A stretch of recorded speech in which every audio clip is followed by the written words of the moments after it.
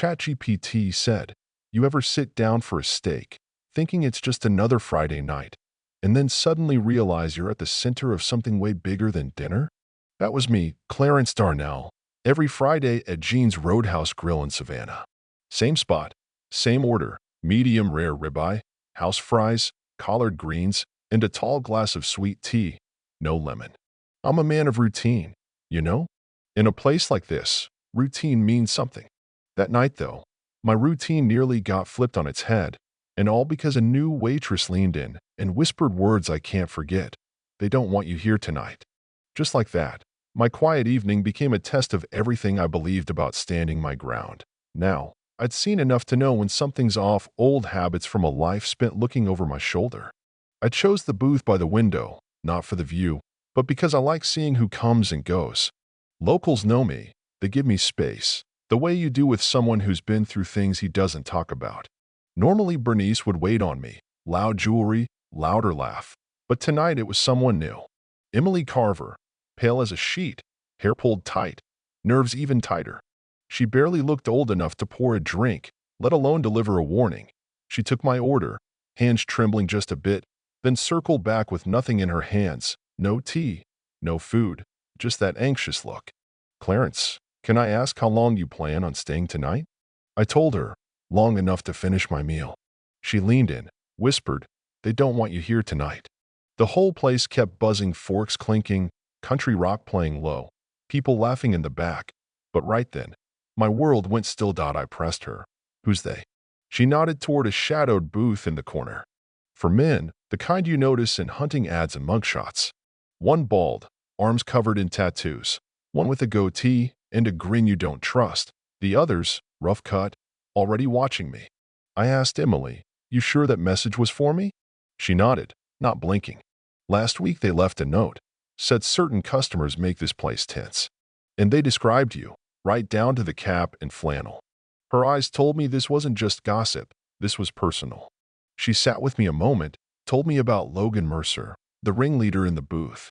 Local contractor, old high school bully. Now he thinks he owns the place. They're making trouble, she said, trying to decide who belongs. I could see she was scared, not just for herself, but for what silence might cost everyone here. The room felt tighter, energy shifting. Even the bartender paused, the busboy's broom slowing to a crawl. Before Emily could say more, the kitchen called her away, sharp, like a warning. She vanished, and not 2 beats later, Logan himself slid into the seat across from me. Was cut, fake smile, arrogance wafting off him like cheap aftershave. Some folks just don't mix well, he said, voice using southern hospitality and threat in equal measure. He tried to play it like it wasn't personal, like he was defending tradition, comfort, his own little fiefdom. But I saw through it. You got something to say it plain, I told him. He said, this place works better when people know their lane. Yours ain't this one. You ever hear something so tired and familiar it makes you angrier than something new? That was it for me. I leaned in, told him, I earned the right to sit wherever I want, eat whatever I want, exist without your permission. He tried to drag Emily into it, claimed she only warned me because she was scared. When people like you make noise, folks like her catch the heat. I saw red, but I kept it cool. He tried to make me leave, thought he could scare me off. I stood my ground, told him he picked the wrong old man. He backed down eventually, just for now. I watched him leave, took in the empty booth, the half-finished food. Emily was missing, my order nowhere in sight. I asked the busboy, he said she stepped out back. I waited 5, 10 minutes, then finally walked out to the alley, Georgia heat pressing down on me. Heard voices, Emily and Logan.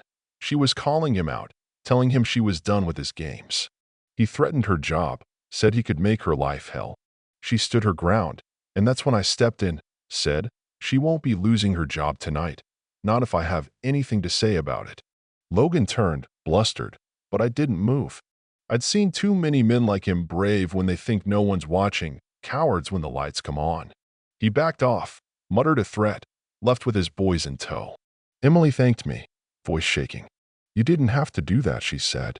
I told her, sure I did. We talked a bit longer in the alley, her opening up about what it's like working under the thumb of men like Logan, harassment, whispers, management looking the other way because Logan brings in business. Decency doesn't pay rent, she said, but she couldn't keep quiet either. I slipped her some cash, not pity, just thanks for standing up when others wouldn't. She tried to give it back. I insisted. Back inside, the manager Travis tried to smooth things over, talking about confusion in the kitchen, offering my meal on the house. I called him out right there, told him the problem wasn't kitchen mix-ups, it was letting people like Logan run wild, treating the place like their private club. He danced around it, tried to act like it was just Emily stirring up trouble. I made it clear, Emily didn't need protecting, she needed backup. My steak finally came. Emily brought it out, apologized for the delay.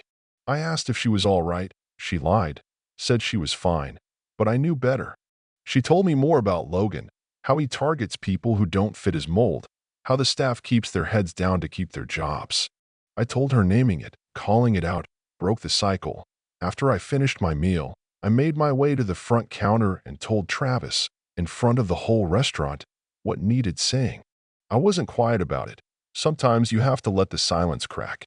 Emily stepped up, backed me, told everyone what's really been happening. The room went still, Travis finally out of excuses.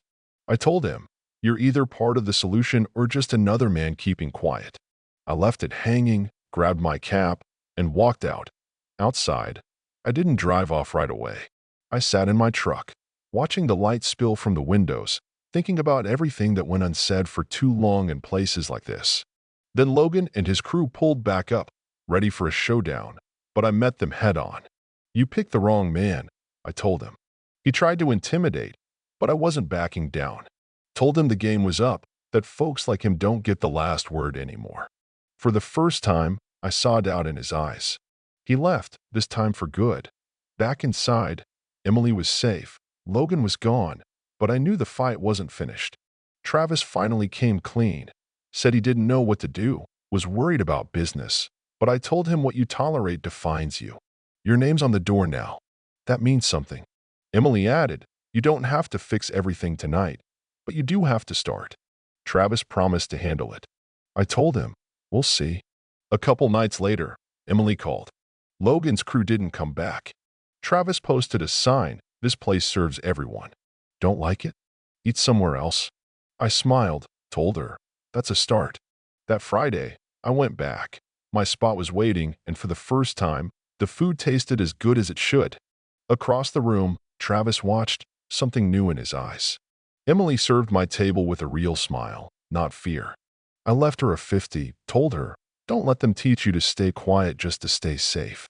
Walking out into the Savannah sunset, I realized sometimes the smallest stand, a conversation, a warning, a refusal to move, echoes louder than the biggest fight. Courage doesn't always roar. Sometimes it leans in and says what needs to be said. And sometimes, all it takes is one voice to remind everyone that silence isn't the same as peace. So let me ask you, where do you draw the line? When is enough enough? Drop a comment below. Let's talk about justice, about community, about when speaking up matters more than fitting in.